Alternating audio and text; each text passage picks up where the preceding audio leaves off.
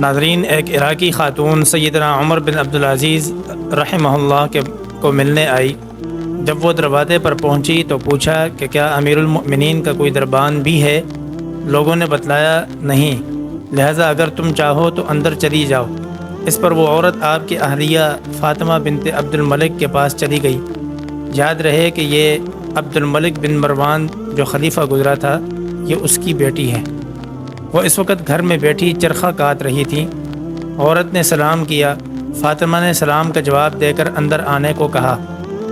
جب عورت بیٹھ گئی تو گھر بھر میں نظر دوڑائی۔ وہ یہ دیکھ کر حیران رہ گئی امیر المؤمنین کے گھر میں قابل ذکر کوئی چیز نہ تھی۔ پھر بولی، میں تو اس لیے آئی تھی کہ شاید یہاں سے کچھ مل جائے جس سے میں اپنے گھر کی حالت سدھار لوں، مگر یہ گھر تو میرے گھر سے بھی خستہ حال ہے۔ اس پر فاطمہ بولی، تیری جیسی عورتوں کے گھروں کو آباد کرتے کرتے اس گھر کا یہ حال ہو گیا ہے۔ یہ گفتگو چل رہی تھی کہ آپ تشریف لے آئے اور گھر کی دیوار کے پاس بنے کنویں کے پاس تشریف لے گئے اور اس میں سے پانی نکال کر پاس پڑی مٹی کا گارا بنانے لگے۔ گارا بناتے ہوئے آپ بار بار اپنی اہلیہ فاطمہ کی طرف بھی دیکھتے رہے۔ اس پر وہ عراقی عورت کہنے لگی، بی بی، اس مزدور سے پردہ کرو، وہ بار بار تمہیں دیکھے جا رہا ہے۔ فاطمہ بولی، گھبراؤ نہیں، یہ مزدور نہیں بلکہ امیر المؤمنین اور میرے خامن ہیں۔ گارا بنانے کے بعد آپ سلام کرتے ہوئے اپنے کمرے میں چلے گئے اور اندر پچھلے بچھے مصلے کے پاس تشریف لے گئے۔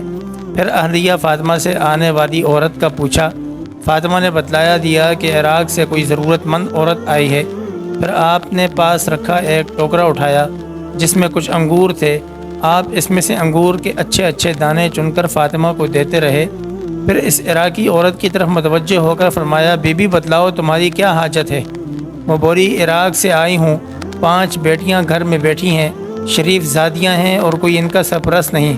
آپ کے پاس فریاد لے کر آئی ہوں کہ ان پر کوئی نظر شفقت کیجیے۔ یہ سن کر آپ رونے لگے۔ پھر آپ نے کاغذ قلم لیا اور وادی عراق کو خط لکھنے لگے۔ چنانچہ پوچھا، سب سے بڑی بیٹی کا نام بتلاؤ۔ اس نے نام بتلایا تو آپ نے اس کے نام کا ایک وظیفہ لکھ دیا۔ عورت نے خدا کا شکر ادا کیا۔ اس طرح دوسری اور تیسری بیٹی کی دفعہ بھی ہوا۔ آپ نام پوچھتے، وہ نام بتلاتی تو آپ اس کا وظیفہ لکھ دیتے، جس پر وہ عورت رب کا شکر بجا لاتی۔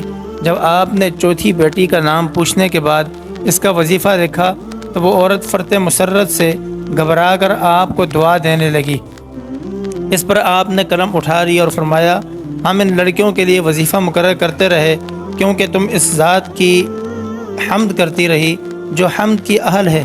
اب جب کہ تم نے اس ذات کے بجائے میری حمد بیان کرنی شروع کر دی ہے تو ہم تمہاری 5ویں بیٹی کے لیے کوئی وظیفہ مقرر نہ کریں گے۔ اس لیے تم اپنی ان 4 بیٹیوں سے کہو کہ وہ اپنے اپنے وظیفہ میں سے اس کو بھی کچھ دے دیا کریں۔ وہ عورت آپ کا یہ خط لے کر عراق پہنچی اور اسے والی کے سپرد کیا۔ والی وہ خط لے کر زار و کتار رونے لگا اور بولا، خدا اس خط لکھنے والے پر رحم کرے۔ اس پر وہ عورت بولی، کیا ان کا انتقال ہو گیا ہے؟ والی نے کہا، ہاں۔ اس پر وہ بھی بے قرار ہو کر پھوٹ پھوٹ کر رونے لگی اور سمجھی کہ شاید اب میری بیٹیوں کو وظیفہ جاری نہ ہوگا۔ والی عراق نے اس کی بے قراری دیکھ کر کہا، گھبراؤ نہیں، میں ان کے حکم نامے کی کسی بات کو رد نہیں کروں گا۔ چنانچہ والی عراق نے سیدنا عمر بن عبدالعزیز رحمہ اللہ کے فرمان کے مطابق اس کی 4 بیٹیوں کے لیے وظیفہ جاری کر دیا۔